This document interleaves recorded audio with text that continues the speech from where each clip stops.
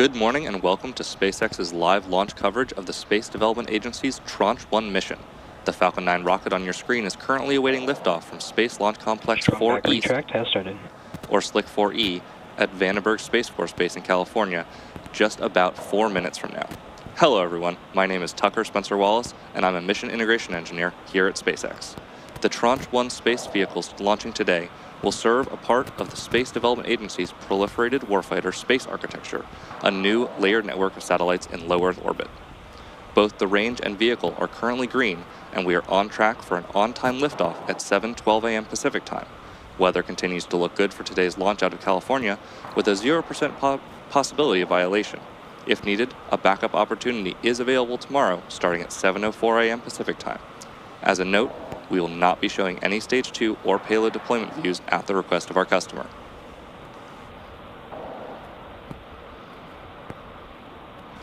Falcon 9 is part of our Falcon fleet, which has completed 540 missions, and Falcon 9 recently completed its 500th mission overall in July and has already flown more than 100 missions this year.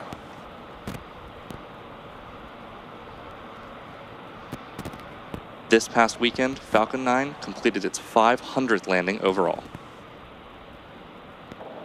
As you may have just heard, the Transporter Erector, or TE, has begun retracting from Falcon 9. That's the large trussed structure you can see standing next to the rocket, and it's hinged at the base and connected to the launch mount beneath the first stage. As you've just Stage 1 LOX load is complete. As you've just seen, the clamps around the second stage have opened, and the TE has retracted from the first stage.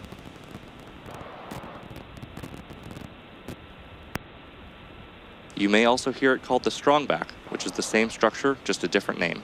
The TE rolls Falcon 9 out to the pad, raises it vertical, and stays connected through the final seconds. It provides fuel, power, telemetry, and command connections between the ground systems and the rocket.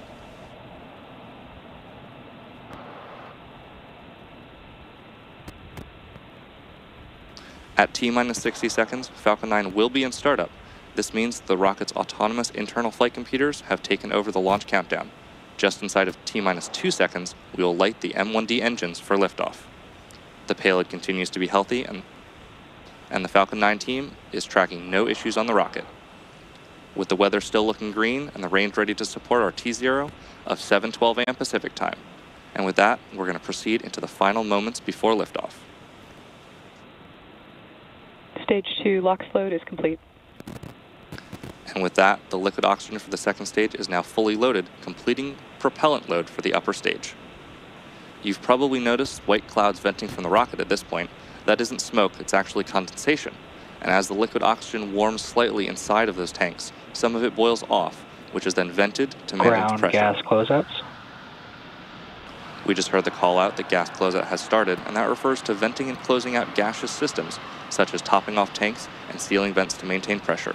Standing by now for confirmation that Falcon 9 is in startup at the T-minus 1 minute mark.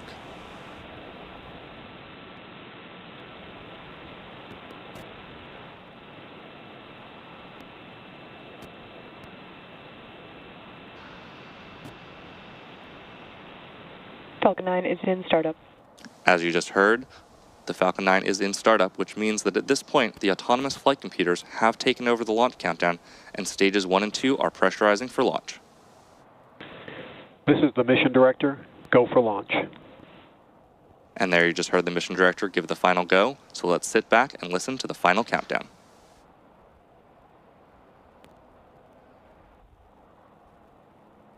T-minus 30 seconds.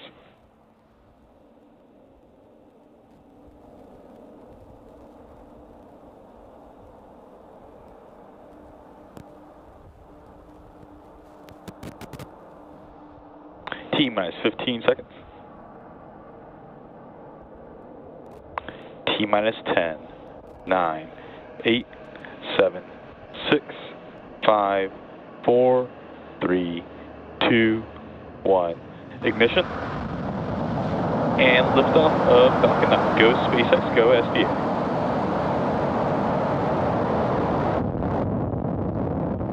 Vehicle is pitching downrange.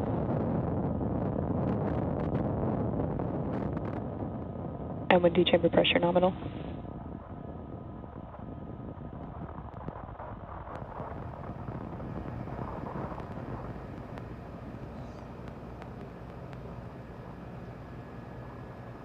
At T plus 30 seconds and counting, Falcon 9 has successfully lifted off from Slick 4E at Vandenberg Space Force Base in California. In case you're just joining us, this is the Space Development Agency's Tranche 1 mission, and we had an on-time liftoff today at 7:12 a.m. Power and Pacific time. telemetry nominal. Coming up next, the vehicle will be passing through max Q, which is the point in the mission profile where the Vehicle is supersonic. experiences the greatest amount of aerodynamic pressure.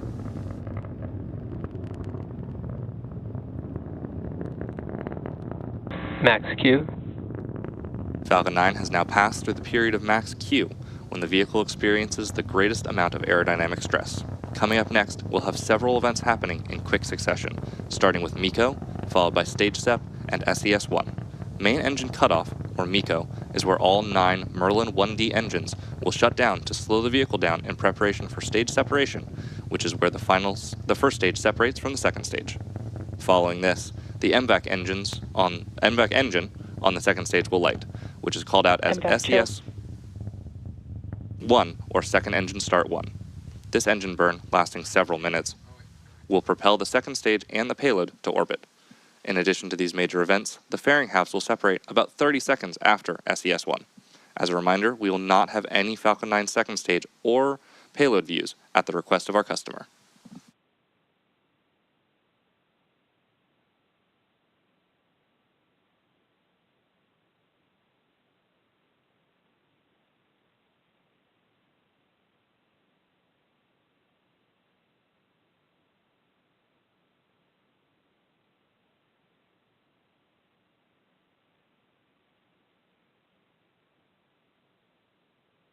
We're about 10 seconds away from MECO now.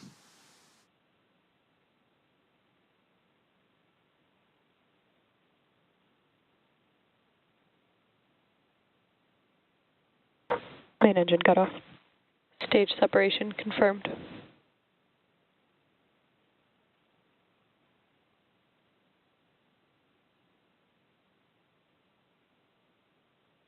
MVAC startup. And as you just heard and saw, that series of back-to-back callouts there, which again were MECO, stage separation, and SES-1. Coming up shortly, we should hear a callout for fairing separation, but as a reminder, we will not be showing it on screen. Both payload fairing halves supporting today's mission are also flight-proven, with both halves flying for their third time.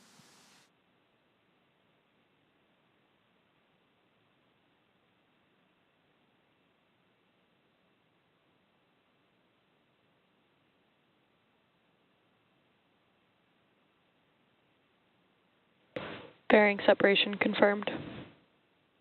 And there you just heard that confirmation. We will be attempting to retrieve these fairing halves again today once they fall back to Earth with our recovery vessel, Go Beyond.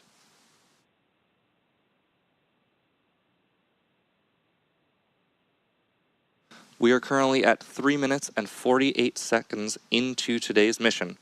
Now the next major milestone, coming up in about 3 minutes from now, will be the entry burn of the Falcon 9 booster as it continues on its journey towards our drone ship, Of Course I Still Love You, stationed in the Pacific. To start the entry burn, we will relight 3 M1D engines, which is similar to pumping the brakes to slow down the vehicle as it passes back into the Earth's atmosphere. We need to slow down the vehicle to reduce re-entry forces, which then helps us to recover and reuse the first stage.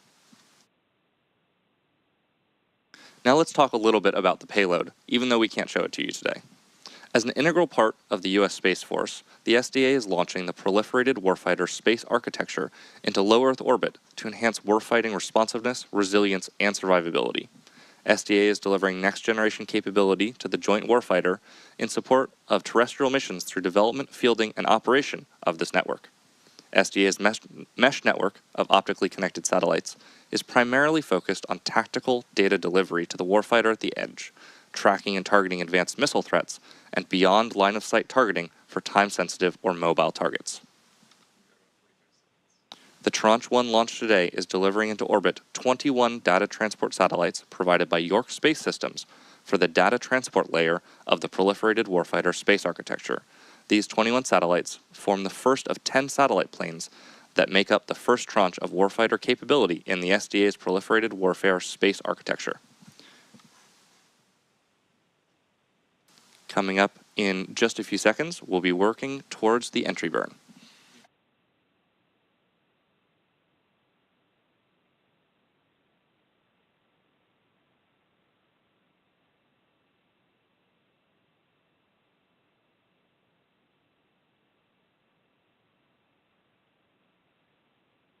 We are now 30 seconds away from the beginning of the entry burn. You should see the graphics light up as the engines do on the bottom of your screen.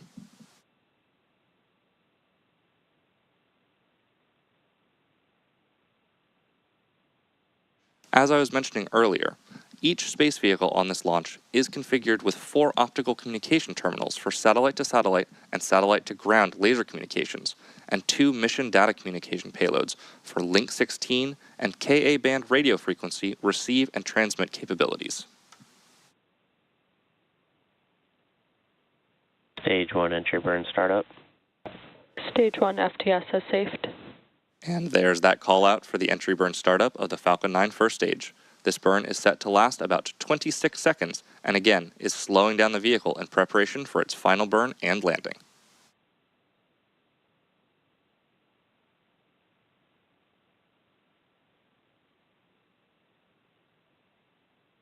Stage 1 entry burn shutdown.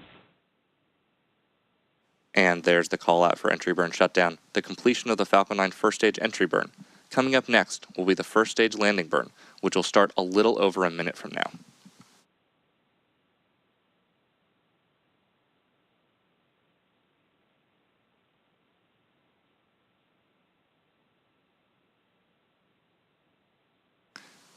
The Tranche 1 satellites launched today will be operated from 2 SDA Space Operations Centers, one in Grand Forks Air Force Base, North Dakota, and the other at Redstone Arsenal in Alabama.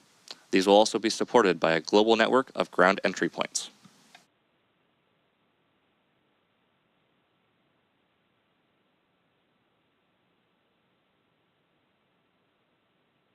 Coming up next, we'll have the landing burn Stage 1 transonic.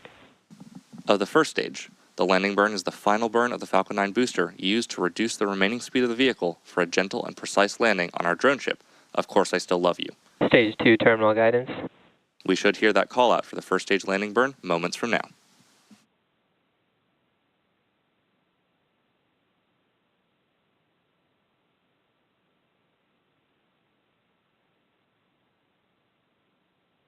Stage 2 FTS has safed. Stage 1 landing burn. And we heard the call out for landing burn start on the Falcon 9 first stage. This is the final burn that this booster will see before landing.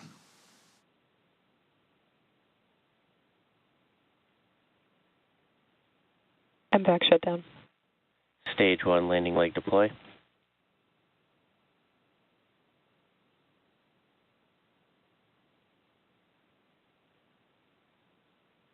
And another Stage 1 landing confirmed.